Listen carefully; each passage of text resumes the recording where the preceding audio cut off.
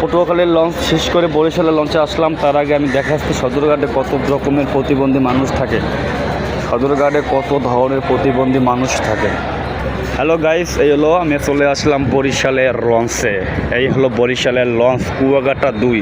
আমি একটা কথাই বলবো, অন্তত বরিশাল লাগো কেউ খেতাঘাটি বলো না ভাই, বরিশাল লাগো দিয়ে পারো বলবা টাকার ঘাটতি, কারণ বরিশালেরা কোনো ফকিরনি না, বরিশালেরা কোনো ফকিরনি না। এরা হয়তো ঢাকা শহরে ফকিরনির মতো চলতে পারে, কিন্তু কোটি কোটি লাখ লাখ টাকার মালিক হলো বরিশালেরা। এই হলো শুভরাজ।